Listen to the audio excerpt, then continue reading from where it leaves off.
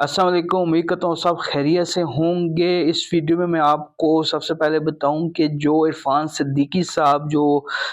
فوت ہوئے ہیں، ان کی سینیٹ کی جو سیٹ ہے وہ خالی ہوئی ہے، اور اس کے اوپر سینیٹ کا جو ٹکٹ ہے وہ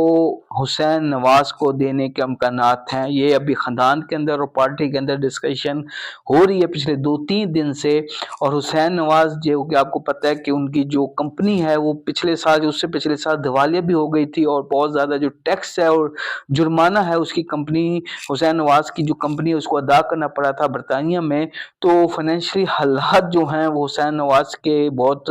خراب ہیں، اس وجہ سے میرے خیال میں ان کو عملی طور پر سیاست میں آنے کا فیصلہ کیا گیا ہے، اور ابھی جو مشاورت ہے وہ جاری ہے خاندان کے اندر۔ اور عرفان صدیقی صاحب کی جگہ عرفان صدیقی صاحب جو تھے وہ بھی نواز شریف کے جو ہے کچن کیبنٹ کے طور پہ ان کو دیکھا جاتا تھا، اور نواز شریف کے بہت کلوز تھے، فیملی ممبر کے طور پہ ان کے ساتھ رہے، بہت وفادار ہے ان کے ساتھ۔ تو یہ جو سیٹ ہے گھر میں وہ رکھنا چاہتے ہیں، اور حسین نواز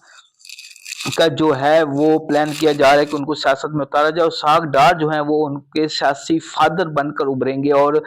وہ سیاست میں قدم رکھیں گے سینٹ کے ایوان بالا میں انٹری کر کے۔ ایک اور آپشن بھی دی جا رہی ہے، وہ یہ ہے کہ جو عرفان صدیقی صاحب کے 2 بیٹے ہیں ان میں سے ایک بیٹے کو یہ ٹکٹ دیا جائے اگر وہ اس سیاست میں آنے کی جو ہے وہ کرتے ہیں، تو ادروائز جو ہے حسین نواز کو یہ ٹکٹ دیا جائے گا۔ دوسرا میں آپ کو بتاؤں کہ آئی ایم ایف کی رپورٹ میں جو آپ پچھلے 3-4-5 دن سے چرچا ہے کہ 5,400 ارب روپے کی جو کرپشن ہے پچھلے 1.5-2 سالوں میں ہوئی ہے اس حکومت کے ہوتے ہوئے، اور اس میں ڈسکس میں زیادہ نہیں کرتا، لیکن اس رپورٹ کے اندر ایک چیز یہ بھی منشن ہے کہ عمران خان کے دور کے اندر وہ واحد ایک دور تھا، ایک واحد ایرا تھا جس کے اندر شوگر مافیا کے اوپر ہاتھ ڈالا گیا۔ شوگر مافیا کی جو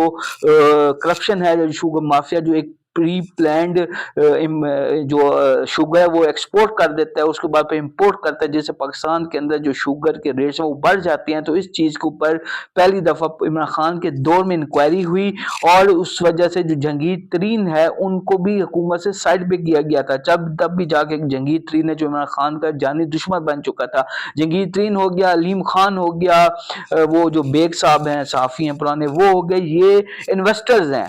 ابھی بھی اگر علیم خان پنجاب حکومت میں ہیں اور عہدہ بھی وہ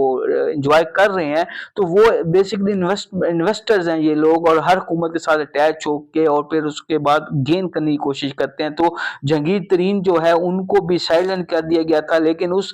پوری رپورٹ کے اندر یہ ایک پازیٹیو چیز ہے کہ انہوں نے مانا ہے آئی ایم ایف نے کہ عمران خان کے دور کے اندر جو ہے وہ شوگر کے جو مافیا تھا اس کے اوپر ہاتھ ڈالا گیا۔ تیسرا، آج سنڈے اور سنڈے کے دن جو ہے پنجاب کے اندر کچھ اضلاع کے اندر جو الیکشنز ہو رہے ہیں، تو میں پہلی پیشن گوئی آپ کو کر دوں کہ جو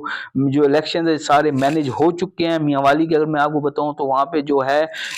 جو فون سروس ہے وہ بند کر دی گئی ہے، فیصل آباد میں بھی یہی حالات ہیں۔ تو جو یہ الیکشنز ہیں یہ مینیج ہیں، اور یہ نون زیادہ تر جو 6-7 جو سیٹوں پہ ہو رہے ہیں یہ زیادہ تر نون لیگ کی جو ہے وہ امیدوار جو ہیں وہ یہ الیکشن جیت جائیں گے۔ ہری پور کا الیکشن اور میاں والی کا الیکشن جو ہے وہ بہت زیادہ کانٹے دار ہوگا، اور اس کے جو رزلٹ ہیں وہ پی ٹی آئی کے اوپر بہت زیادہ افیکٹ ہوں گے۔